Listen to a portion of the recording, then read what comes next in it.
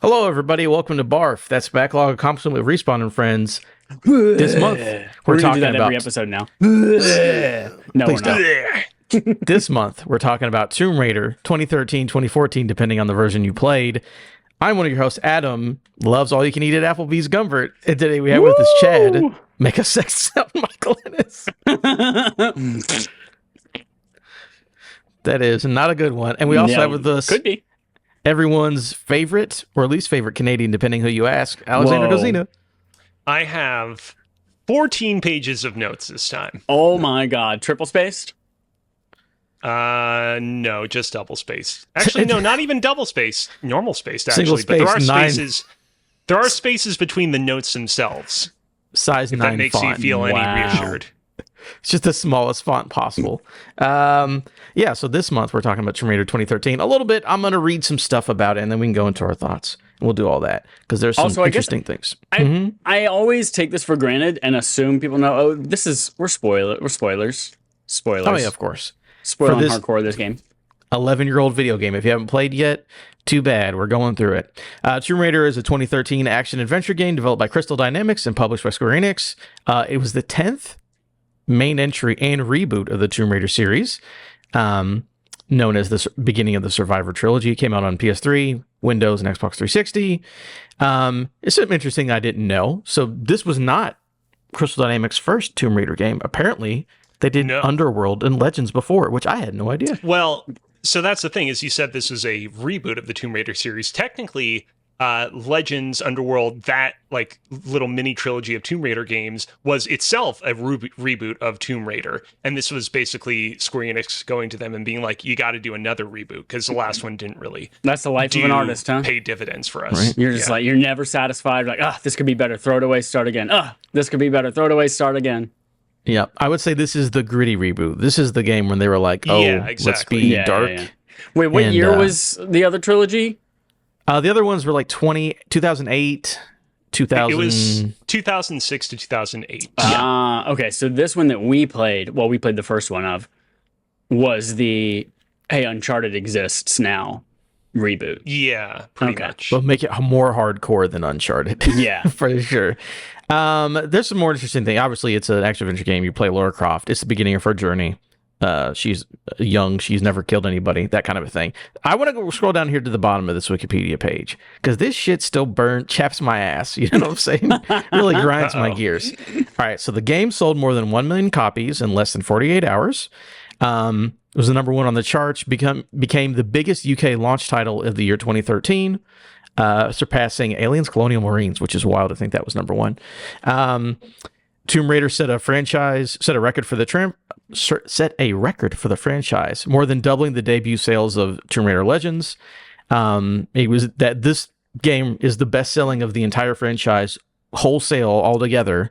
In its first year, it sold 4 million copies, way over anybody's expectations or projections, and Square Enix still said it was a failure in the first 6 months of its release, because Square Enix apparently thinks every game should sell 20 million copies. By the way, this game, as of 2021, has sold 14.5 million copies. Not enough. But it's never enough for Square Enix. They don't know how many copies they got to sell. The entire time you were speaking there, I was like, where is Adam going with this? And I was like, oh yeah, that's right. Like, these games infamously never sold as well as Square Enix wanted them to. But I don't think any video game sells as well as Square. They're like best-selling game unless they're from Japan. They're from Japan, in which case they always sell fine. Remember what happened with Final Fantasy VII and Final Fantasy VII Rebirth? Exactly. Not enough. Not good enough. That's true. It's surprisingly, like, literally every game I feel like in the last 10 years that's come from Square Enix has not met sales expectations, quote unquote. Fucking wild. The last thing here, the film adaptation, 2018, Tomb Raider rebooted. They moved on from Angelina Jolie, starred Alicia Vikander and Walton Goggins as the bad guy, which is basically not exactly a remake of this video game, but pretty close, except for the very end. They changed stuff up. It's an all right movie. Not too bad. I briefly considered watching it to round out what I did for this BARF, but I was like, I can't bring myself to do it. Yep, it's fine. Can't bring myself to do it. That's cool. But anyways, Chad, tell us your top level. How do you feel about this video game? Or did you even play it, I guess, is the biggest question. So I have played it once before. In fact, I played it back on the PlayStation 3 digital game because, towards the end of the PlayStation 3 life cycle, I got it in me that like, oh, of course, digital gaming is going to be the future and everything's going to be digital. So I'll sell all my physical discs to GameStop and buy things digitally again. It turns out that was a mistake for PS3. But anyway, so yes, played it back on PS3. I bought it again for BARF on PS4, the Hair Edition, because I think it was like $3 or something like that. One of y'all's like, hey, for the next couple of days, it's $3. So I bought it for BARF specifically. And I played about 2 hours of it and then watched about an hour of like story recap and gameplay, and then like scrubbed through a review because we'll find out on the next podcast something else took my attention. So I refreshed my memory on all of it, and it all came rushing back to me like Celine Dion says. It's all coming back. It's all coming back to me now. Very good. And so that's how I played it. Top level thoughts. Yeah, this was a good game. I don't know if the 2013 game has the same things of the 2014 game that like made it stand out as this is a fucking 10-year-old. Like it was a game of that era. At the time, it was like the cutting edge of like all the things that you want from a video game, QTEs, big giant prompts that look like they're part of the world, and this 3D kind of tracks with the environment type of shit, button mashing everything, stick wiggling everything. So it felt like it at the time. Now it feels tired, but surprisingly, I feel like it doesn't feel old. It doesn't feel like I'm playing it and I'm like, God, I wish I wasn't. Yeah. Not I wish I wasn't playing it, but it doesn't feel like I'm playing something like from an N64 day where it's like, wow, this controls poorly, this UI is bad. It's like it just feels like a game of the time that would be presented very differently today. But overall, yeah, pretty good game. All right, I'll go next because Alex has 100 notes. Yeah. Yeah, I have played this entire trilogy. I really enjoy this entire trilogy. Going back to this, again, I think for the time it was like, oh yeah, this is super cool. Now, because like I played 3 more recently, and why 3 is regarded as the worst of the trilogy, and I'm like, 3 feels more modern, so there's a little thing there where it's like, this feels more modern than this game does. I'm trying so hard to just don't. It's not your turn. It's very simple to not speak when it's not your turn. But no, I like this video game. I think it's good. I actually think if I did a full ranking now, maybe I would move this to maybe be number 3 instead of number 2. I don't know. But overall, I like this game. It's fun. I like the brutality. This is the one game that goes fully brutal because they start to tune it back a little bit. They're like, it's a bit much. But man, I love Lara just getting impaled through the fucking neck. Goddamn. Right? Getting her head crushed. It's wild. It just starts, like, even if you do everything 100% right, it starts in a way where, like, all right, you're captured, hung upside down, impaled through your fucking kidney with some rebar, and it's just like, There's starts through your body. Let alone if you fucking die and see one of those death animations. It's crazy. But yeah, I say for 2013, good video game. Enjoyed it. Cozy, you're apparently itching in your balls or whatever, so go ahead and say what you got to say about the video game. Okay. Let's start top of page 1. Hold on. Can we get a time check? It is 4 p.m. on the dot right now, Pacific time. Okay, I'm going to warn you. I'm only going to get through about like a page and a half of notes for this section. We'll get to the other pages later. Wait. All right. So wait. We played Tomb Raider 1 for BARF, and you took a page and a half of notes, and then you took 13 more pages of notes on things you weren't asked to play. The pages of notes. Give me a moment. Woo! Pages. Hold on. The thing that shows me what page I'm on disappears if I'm not actively scrolling through it here on Google Notes. Let's see here. So yeah, pages 1 through 4 are for Tomb Raider 2013. And then 4 up until about 7-ish are for Rise. And then 7 until 14 are for Shadow. Woo! Okay. So here's the thing. Tomb Raider 2013, a game that I remember being very heavily anticipating leading up to its release. I had never previously played a Tomb Raider game, and I was intrigued by it, but not enough to go out and purchase it when it first released. I remember, like, for context, this is a game that won IGN's E3 Game of the Show award in 2012. Back when E3 used to exist, they would give out awards for what was the best game that we saw at the show. And even after all that, I was like, yeah, I think I'm good. Fast forward to 2016, I participated in a series of playtests for IDOS Montreal here in Montreal. And basically, the way that these playtests work is that when you complete them, they either give you cash money or cash money plus an equivalent amount in video games from their library, which at the time was like really expansive because this is back when they were under Square Enix. So I was basically given a list of like, hey, here's every single AAA game that like the Square Enix umbrella has put out over the past several years. And I was like, you know what? Give me a copy of Tomb Raider 2013. And so I played it then for the first time. And this was, I should mention, this was the PS4 version of the game. And when this month's BARF reared its head, I was like, you know what? I could go back to the PlayStation 4 and play Tomb Raider 2013 over there, but I like earning new trophies. So what if I purchased the PS3 version of the game and played that this month instead? And here's the thing. Over the course of the past year, we've done a couple of BARFs where I've had to go back to my PlayStation 3, and I've been forced to play games with the PlayStation 3 controller because they wouldn't allow for any Bluetooth functionality. Metal Gear Solid 3, Castlevania Lords of Shadow come to mind.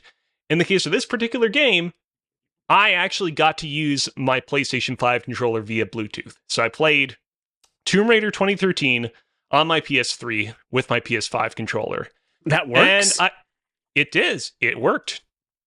Cool. And I gotta say, Tomb Raider 2013 on the PS3 has a much worse frame rate than the PS4 version. That aside, I'm still very fond of this game. It's not a perfect game. Its story and its characterization of Lara Croft, there's some things that we can certainly get into and unpack in a little bit. But overall... Hold on. Can I ask you a question real quick, since you played it on PS3? Yes. I was playing the PS4 version, and I know this was the version that came out on, at the time, what was next-gen consoles, when it was guaranteed everyone who bought an Xbox had to connect. Okay. There were voice prompts all over this shit telling me, hey, just say suppressor and it will switch your sniper to suppressor mode. Or say menu and it will open menu. And it's just like little tips coming up telling me to speak something in order to command the game to do that thing. Was that part of the PS3 game too, or was that just this gen? I don't remember anything like that in the PS3 version. And so, yeah, overall, like, this is my kind of big hot take on Tomb Raider 2013.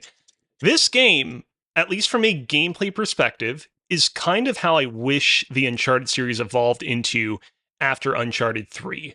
After Uncharted 2, actually. I would almost dare to put this game above Uncharted 3, but maybe not Uncharted 4. I think that the kind of wide linear, like semi, like mixed open world direction that this game took from a gameplay perspective, I think was really successful here. And I'm happy that we later on down the road saw games like the modern God of War games kind of adopt its formula as well. That was your first 4 pages, or was there anything else? That was my first like page and a half. Okay, very cool. Yeah, so I guess we can just get into it again. Like Chad said, full spoilers ahead. I don't know. What do you guys want to go with this? How do you feel about it?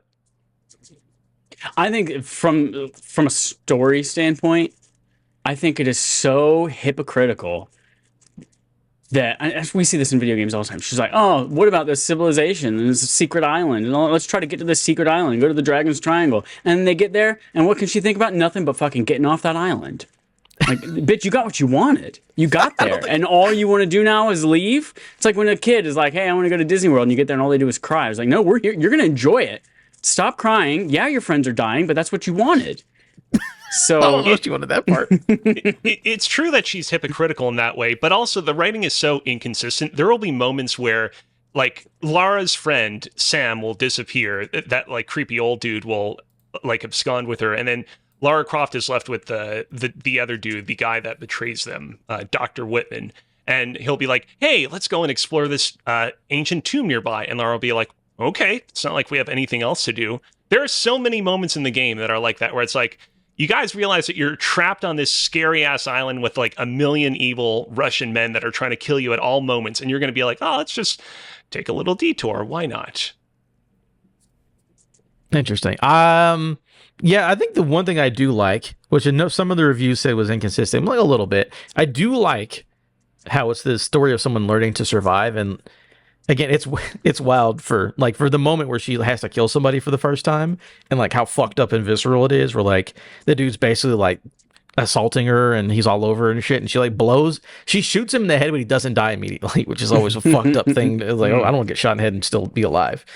And her going through that moment and like her like having to live through that and seeing how that fucks her up is crazy. But then you immediately turn around and kill like 100 more guys. So it's like, it's a video game. What are you going to do? You even see that ramp up a little bit. The like gutting the deer the very first time when you have to hunt and you like have to like kill the deer and cut it open with the tip of your arrow, and then that goes into killing the person. But again, yeah, that was the big topic of conversation. It was like, oh, there's such great character development, and then it immediately goes back to like, surprise, you're in a video game, kill everyone, shoot them in the head, and we'll give you experience points for it. Yeah, which is it's how it's got to go. But the thing here I think is more in this. It's interesting. I love that Lara actually has like friends and like a rogues gallery, because like in a lot of Uncharted does this well. Old Tomb Raiders didn't do it well, where you have like someone with you. Like again, I love like the rogues gallery in Uncharted. Like I like what's her name? The British girl. Elena, Chloe. I like Chloe much better than Elena. Yeah, Sully's great. So I like that scene in Uncharted 2 where she comes and she's just like being all sexy and comes in your house for the first time, and you're like, oh, you're the love interest conflict here. Ooh. She's awesome. So it's fun to get to see her with the crew that we get to hang out with, even though Whitman's a bitch, but everyone else, especially Jonah. I like how they use Jonah later on, I think a little bit better, but it's fun to see him here as well. So I like all the story stuff they're doing. Again, it's 2013, so I give it a lot of leniency for not being a perfect video game. But I like the idea. Do these characters come back? I've played the first two, but I remember literally nothing of the second one. Jonah is like the one major character that comes back. Yeah, I know Jonah's the other in 2 one's and not 3. so much. Yeah. So that's my boy. I love Jonah. Okay. I'm not as high on these characters as maybe you guys are, but I don't disagree that like I appreciate them going for this angle of it being a group of survivors that are trying to band together and get through it. So often I just found that they didn't really totally hit the mark. And again, it's one of those things where it's impossible not to compare this game to Uncharted and how good the supporting cast is in their game. But I'd be lying if I said that I absolutely hated them. I didn't hate them. I just thought they were fine. They're not as good as Sully, but they're better than her by herself in the jungle quivering in a corner, is my point. Yeah. Sure. To be honest, before I even started playing this a couple weeks ago for the first time again, after beating it 10 years ago, I didn't even remember there were other people in the game.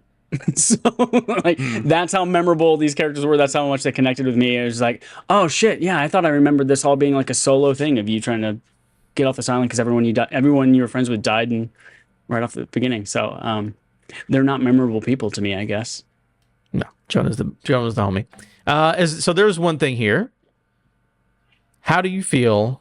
Again, this is crazy. Talking about this game, I had to compare it to the trilogy because I adore the second game, one of my favorite games. The Tomb Raider idea, where it's like, obviously you're on this island, you're surviving, but then there are random tombs and shit. And the tombs in this are fine. They're fun little puzzles. They get ramped up in the second one, right? Red 2, they're so far. Oh, they're so much bigger in 2. That's the only thing I remember about 2 is like, oh, fuck, the tombs are great. In this game. But I don't disagree that they do get more elaborate as the series goes on. Yes, I like that they're there. But again, going back, it's like, man, puzzles here are cool. The tombs in 2 and 3 are fucking insane. But again, I can't hold too much against it. Here's another question I got for you. Just in general, as far as playing adventure games, how do you like the supernatural twist? Do you like supernatural twists? Because guess what? There's always a supernatural twist in these kind of movies and games and books. I'm not going to lie. I hadn't even written any notes about the supernatural twists in this game. That's how little I remember them. Some old ass queen, sun queen, was controlling the weather and causing storms, and no one's allowed to leave unless I get a new body. And the big old the monsters that are protecting her. What do they call them? The Oni. The Oni. They're old men, old like thousands of years.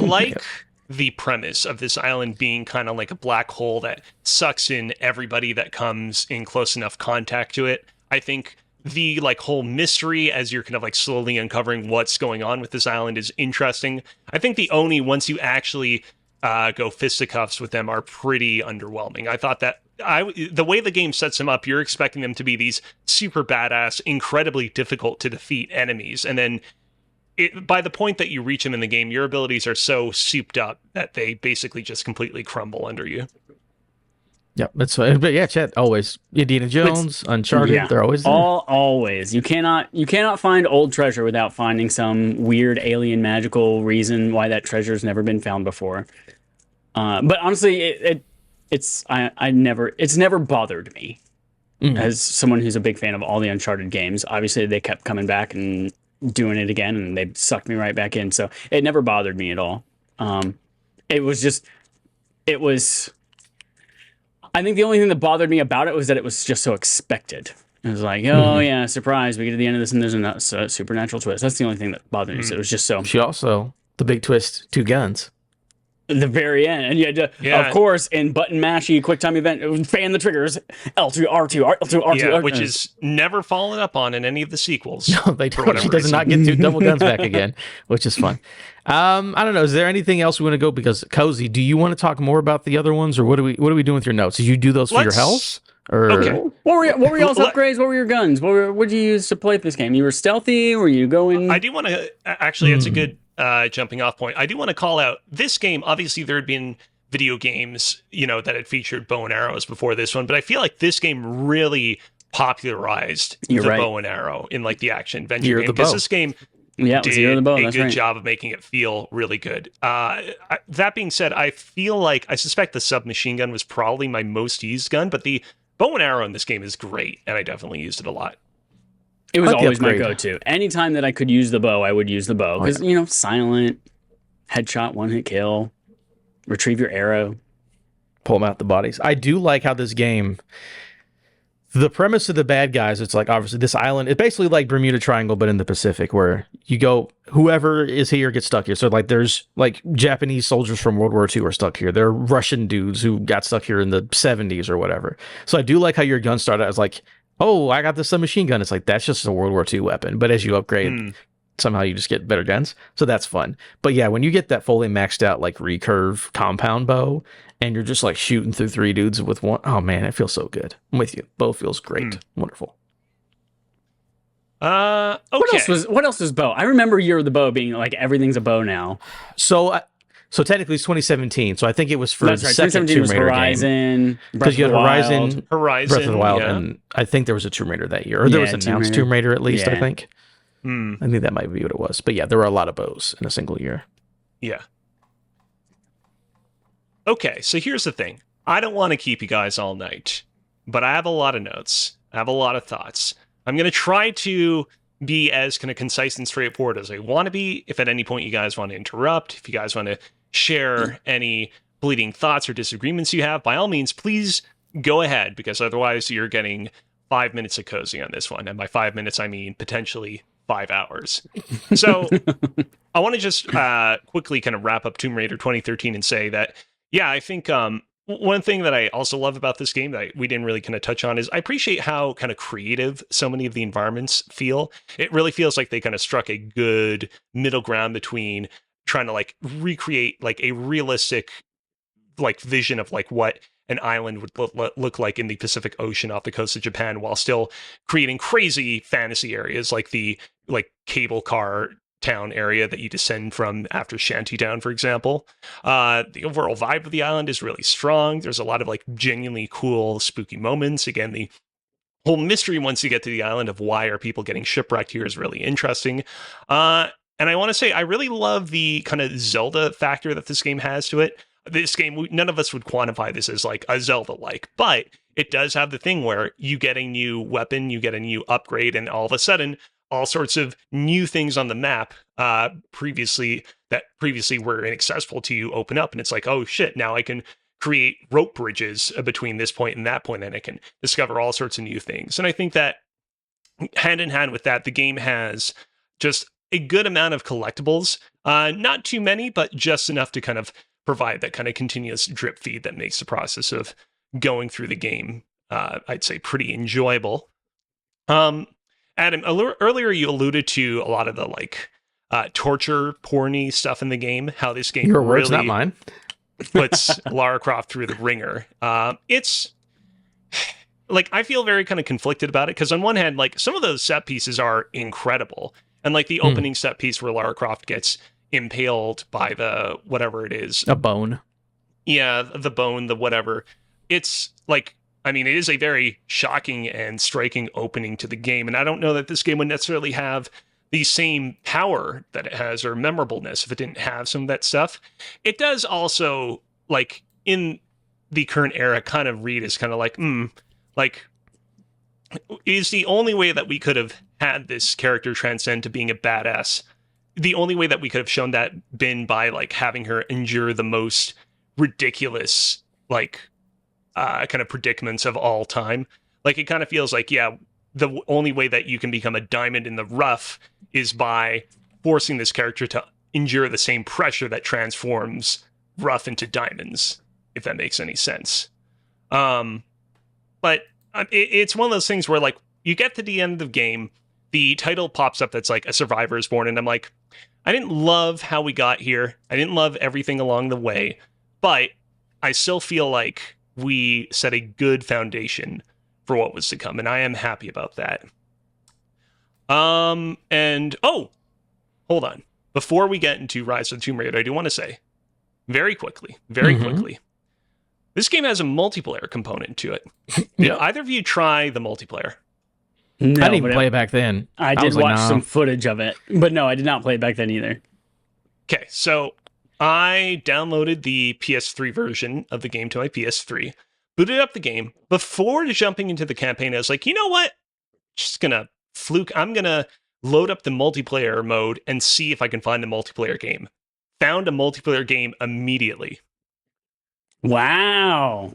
It's been 10 years since the release of this game, over 10 years. It has switched hands and been divorced from Square Enix, even though Square Enix's branding is all over this game's menu. Somehow, multiplayer still going. Does the PS3 version and PS4 version, like, does that pool of people cross over for multiplayer?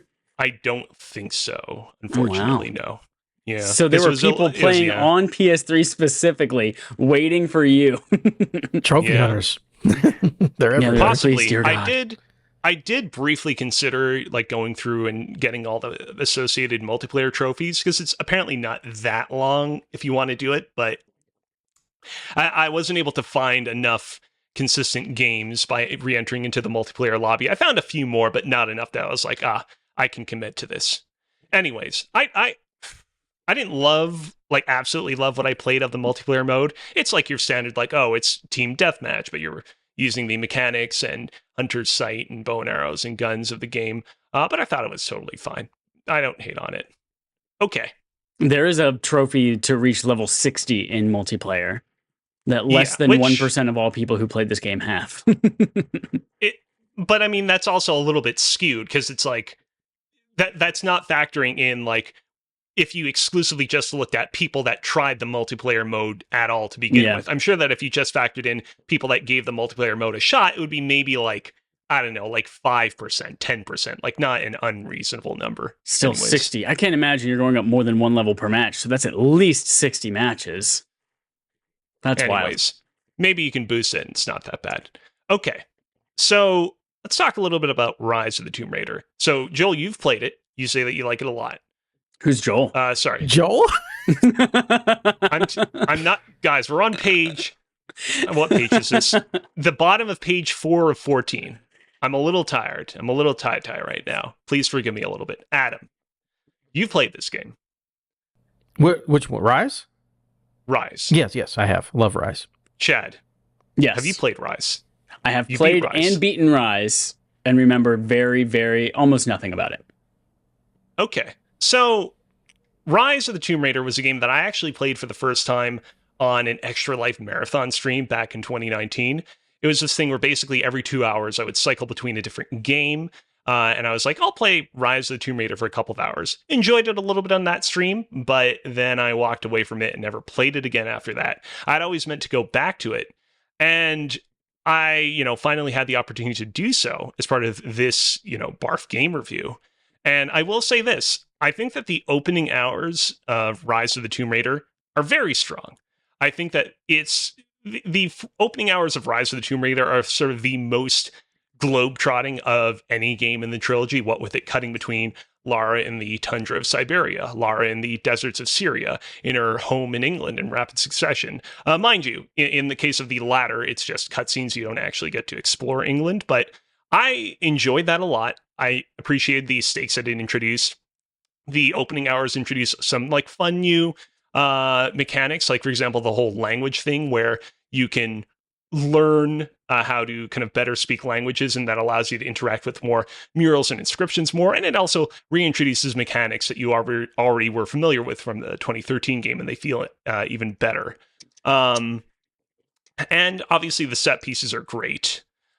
I feel like from there, for me personally, Rise of the Tomb Raider was sort of like a slow descent downhill, where by the time that I got to the end of it, I was like, I didn't dislike this, but I felt like it didn't quite kind of live up to expectations of what I would have wanted out of the sequel to Tomb Raider 2013.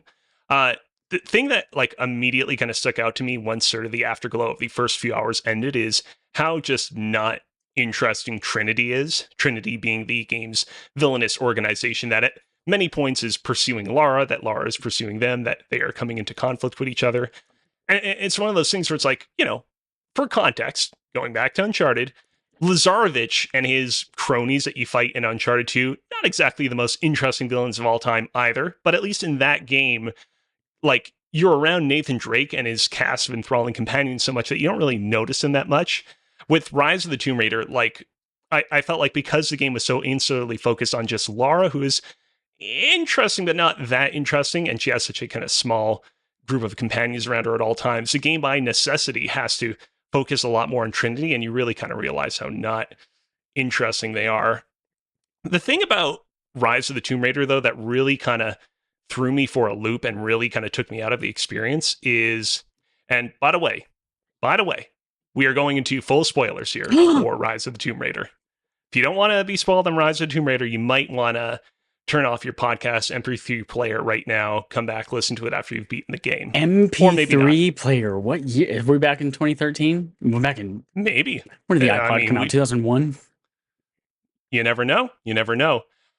Okay, so ahead of playing through this game to completion, I remember accidentally being spoiled to a spoiler on something that happens in the game. And that spoiler being someone on Reddit being like, man, it's really annoying that you encounter this sort of group of like remote inhabitants living in Siberia that somehow know how to speak perfect English. And I was like, that seems like kind of a nitpicky complaint. I bet that once you're actually in the context of encountering this group in the game, it's not that big of a deal.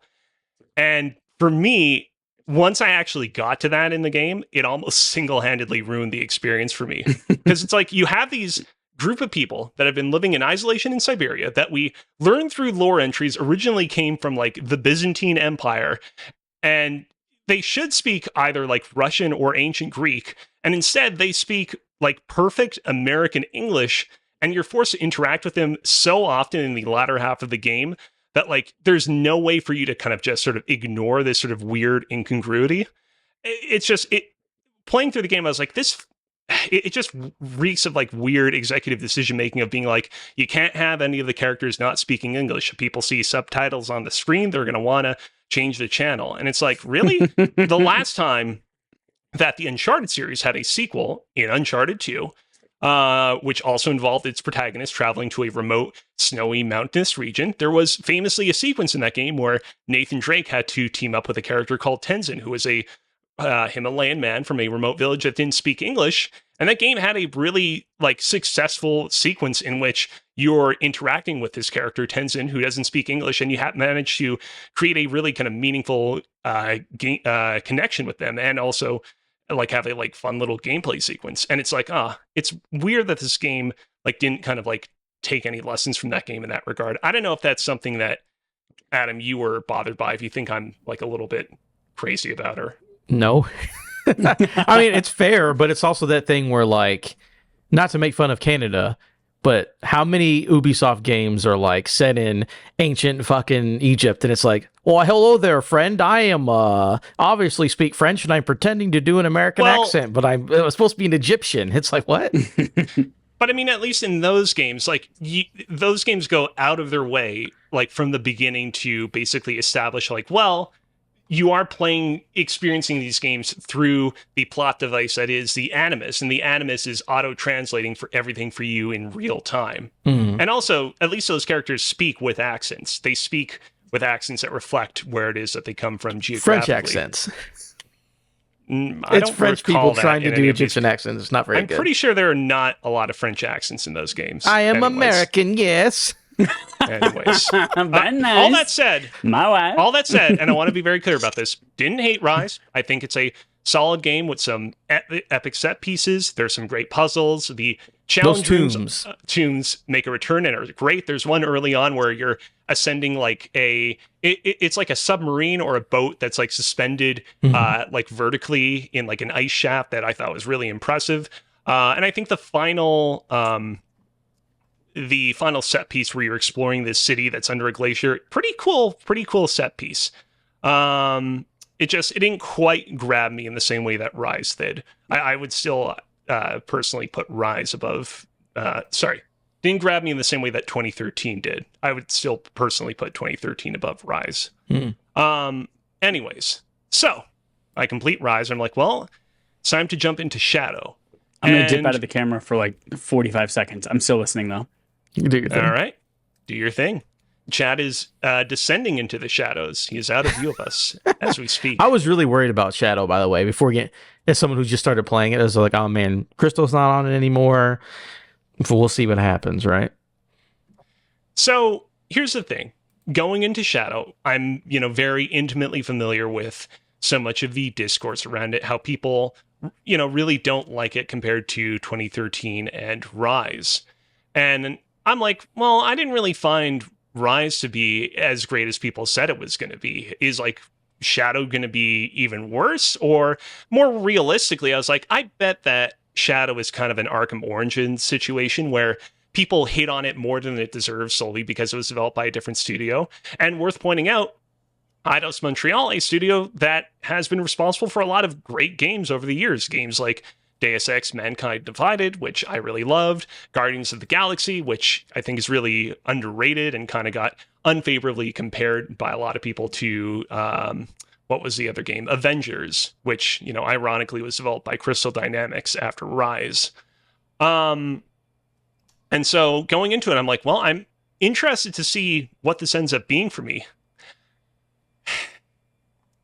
Adam, I hate to say this.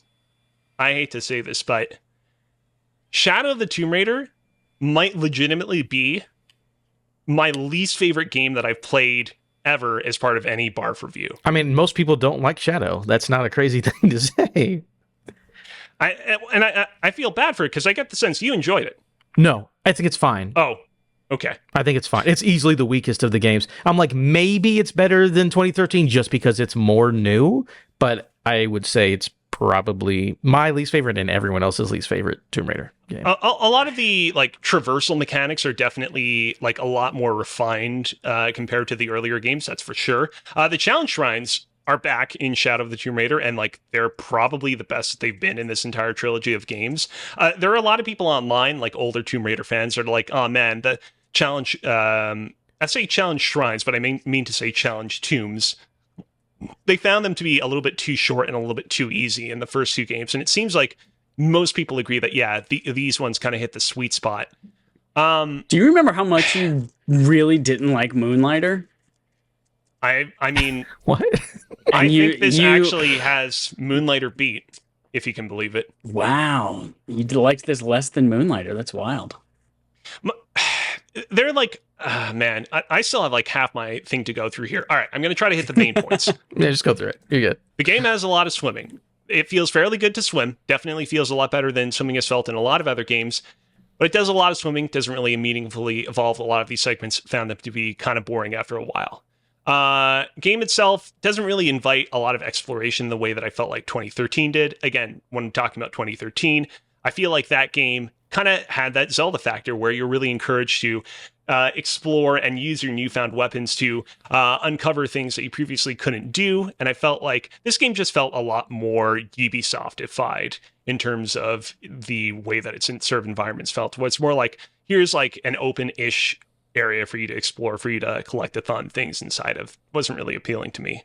Game has a million craftable items. That's the thing we didn't really mention in Rise. Rise introduced crafting, possibly maybe because they played, what was it, The Last of Us, and we're like, oh, we should introduce this into our game as well. Totally fine with Rise. With this game, there's like a million different things to craft.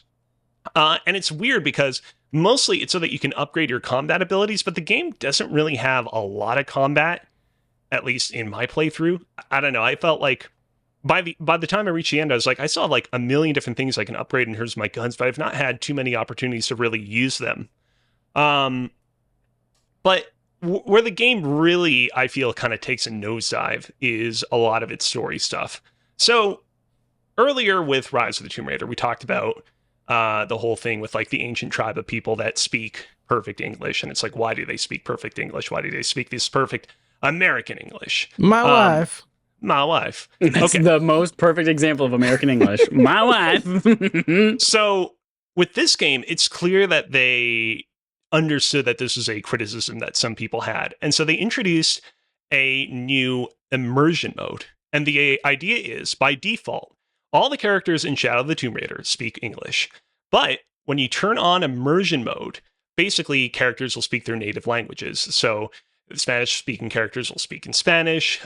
Some native characters you encounter, we'll touch on those later, will speak Yucatec, and so on and so forth. Does the lip sync match the immersive language? The lip sync seemed fine. That wasn't the issue. The issue is, amidst all of this, Lara Croft still speaks perfect English.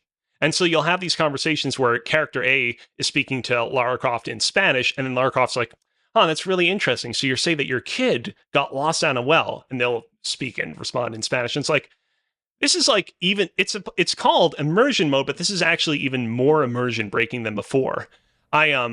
It's like when Kojima comes and talks about one of his games at like the Game Awards, where he speaks in Japanese, and then his husband will speak to him in English, and then he'll respond back in Japanese. Yeah, Jeff Keighley.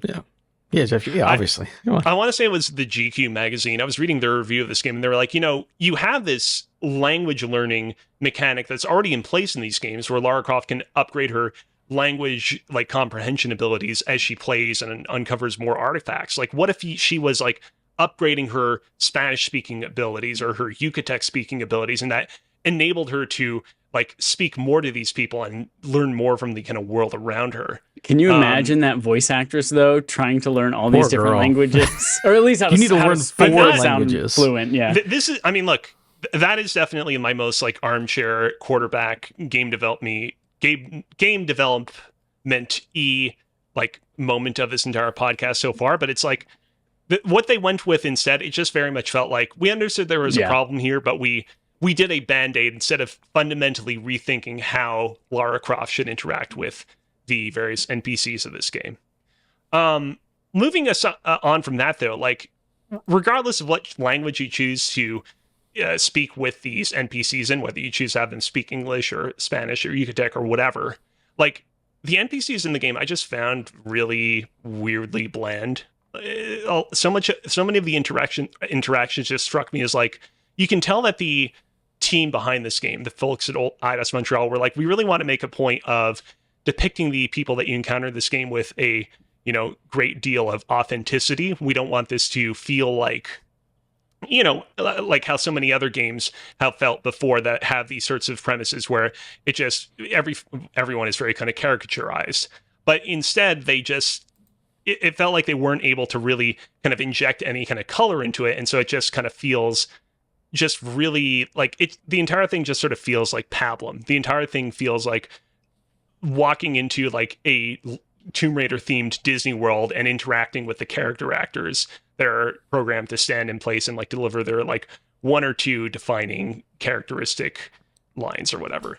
It again, it was just immersion breaking in like a whole different way, and it gets even weirder and stranger and worse once you get to Paititi, which basically is a hidden. Get ready for this one, Chad. It's a hidden pre-colonial Mesoamerican city that is inhabited entirely by basically these natives that have avoided contact with the outside world for centuries. The big idea is that it's like so often in these games, Lara Croft travels to these places around the globe, and she, finds like a city that has been hidden under the ice for centuries, a city that is like crumbling in ruins, and nobody actually lives there unless there's like a weird dinosaur or monster or whatever that's hanging around.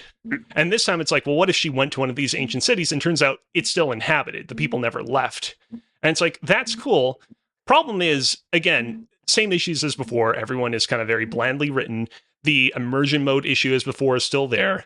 On top of that, everyone immediately is like, oh yeah, you're an outsider? Yeah, sure, we'll just treat you like one of us and immediately give you a million different super fetch questy side quests, and like not at all wrestle with the weirdness of like, we've tried to avoid outside contact as much as possible, but now we have to let you into our city.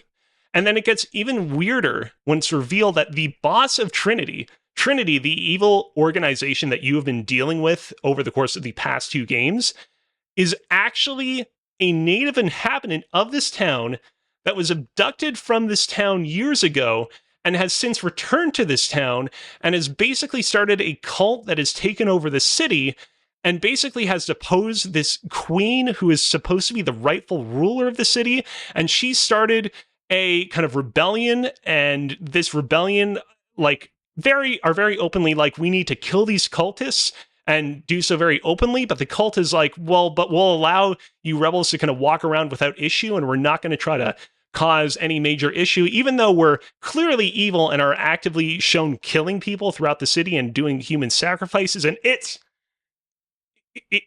like legitimately like one of the most like, this is confounding. This is bizarre on a level that I never would have thought to, never would have expected out of this game. And yeah, from there, the game just turns into Lara Croft helping this rebellion uprising and retaking the city. Characters die, and basically it turns into a one-man show of Lara Croft being like, I can show the indigenous people of this hidden city how to reclaim their independence. And the whole thing is really weird. What really kind of bugged me is, reading interviews about the game after the fact.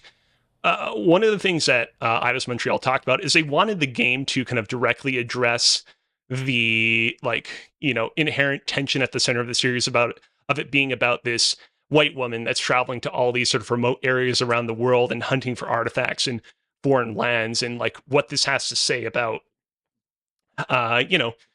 colonialism and all these sorts of like big topics of conversation. And it's like, I think it's good that this team wanted to tackle that and try to kind of offer a response to that, but the execution of how they did so is just I found so weird and bizarre and just not satisfying. Almost like it's everyone's least favorite Tomb Raider game. Yeah. You know what's really interesting though? As you were going through your notes, I was just looking at the Wikipedia page for Shadow of the Tomb Raider. Shadow of the Tomb Raider, the 16th most expensive game of all time. What? Yeah, pretty expensive. Is reportedly $100 million development cost. What?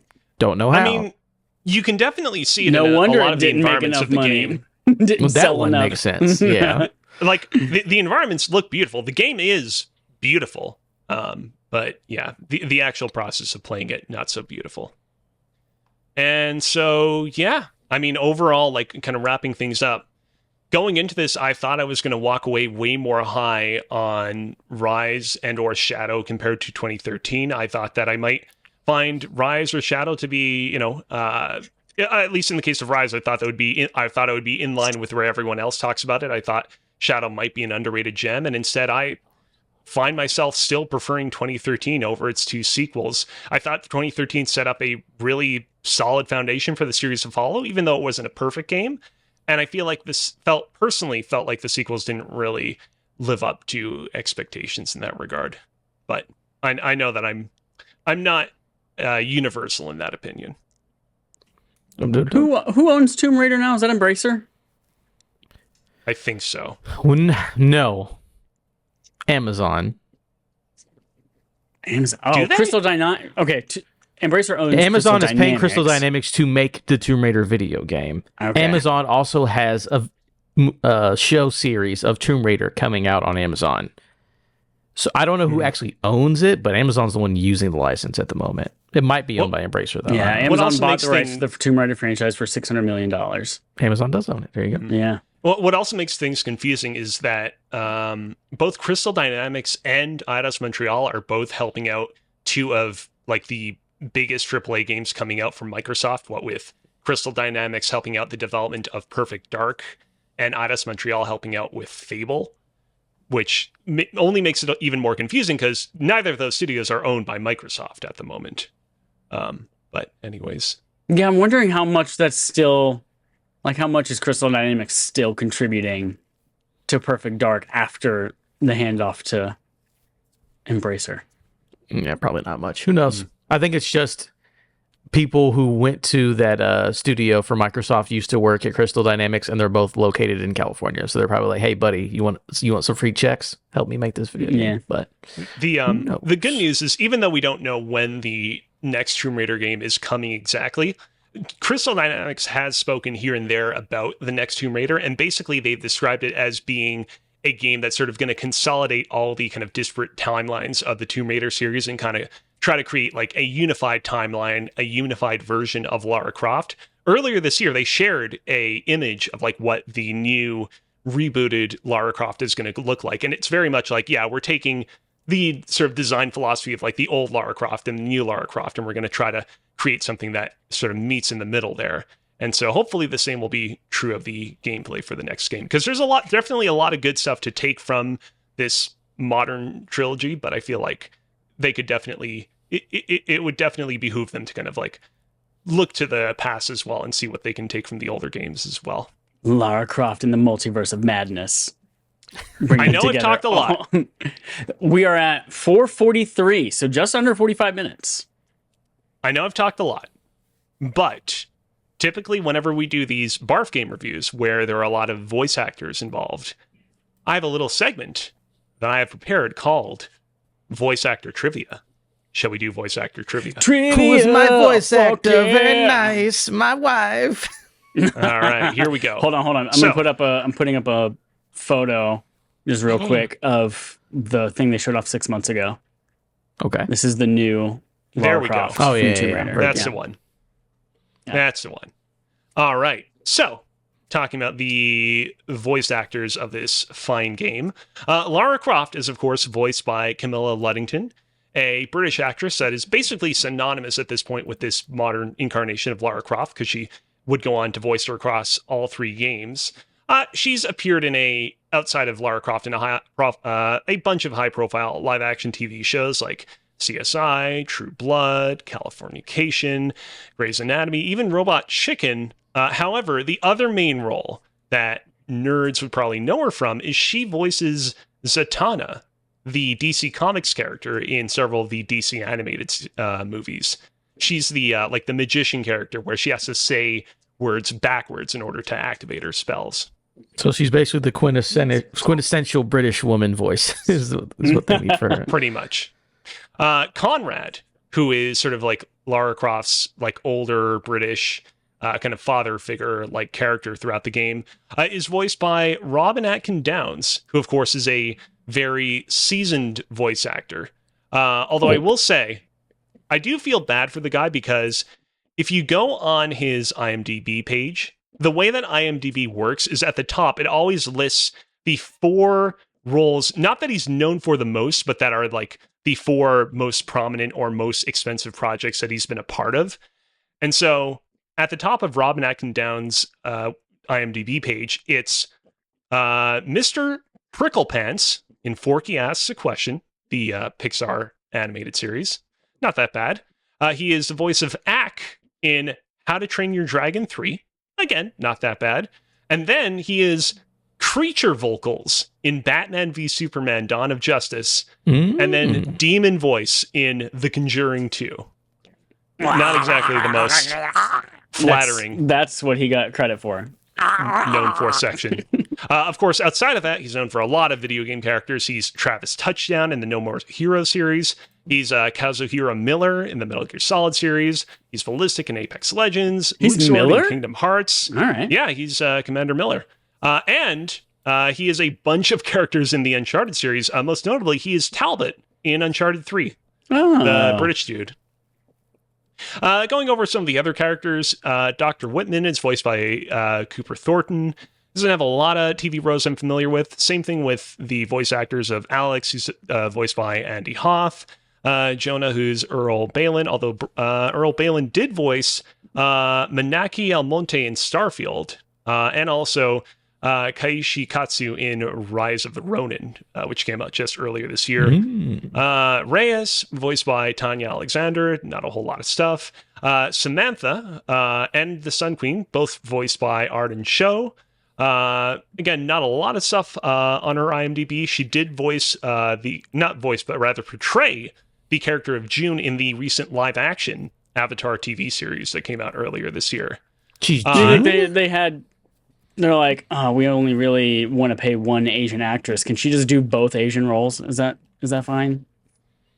Yeah, I mean, I feel like it kind of makes sense in 2013 because the idea is that the Sun Queen is literally like her descendant, reincarnating / exactly, and her descendant. So it's like they're kind of one and the same, at least in that What's regard. her name in the Avatar series? June, June, or maybe it's June. I've not actually seen the series. Spelled just like the month.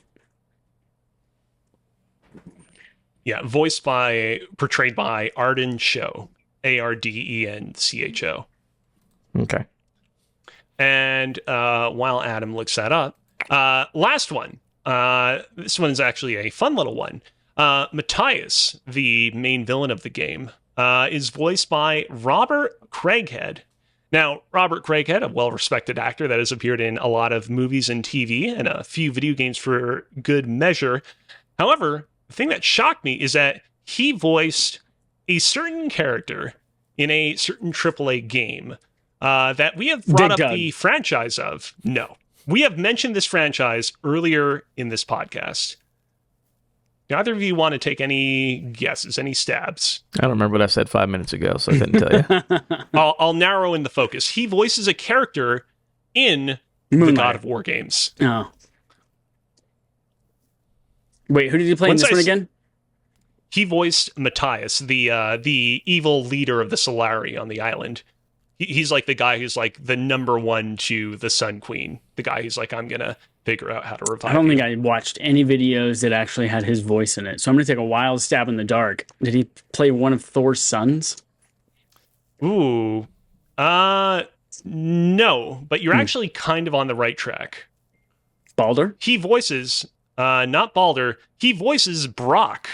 Which, once you hear his voice as Matthias and once you hear his voice as Brock, you're like, oh yeah, that's straight up the same guy. So I thought that was fun. And yeah, that's it for voice actor trivia. Nice. By the way, I call my new 3D printer, it's named Sindri in the app. Because my old shitty printer that made stuff that was functional, but it was not pretty. But this one makes things really, really pretty, like Sindri, who cared about all the details and flair and all that kind of stuff in the games.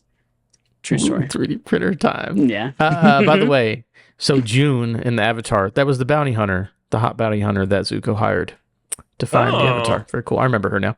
Wait, is this Avatar the Airbender or Avatar the Blue People? Airbender. Okay. Yeah, Zuko and finding the Avatar would not be the Blue People. It would be the ones with the elemental powers. Thank you very much, Cozy. Thank you, Chad, for joining me. Thank you, everybody, for listening. By the way, our next game that we'll be playing next month for BARF is Legend of Zelda: The Minish Cap. That's the one that won the vote on Twitter and in the Patreon poll, patreon.com/respawningfire. So that is the game that will be played and discussed. Minish Cap. It's 15 hours on how long to beat. I have already ordered an actual GBA cartridge of this game. It should be delivered on Friday. So Ooh. No, I actually did get like a legit authentic GBA because I have all the other Zelda games up through seasons and ages. So I was like, might as well get the GBA one. Yeah. Okay.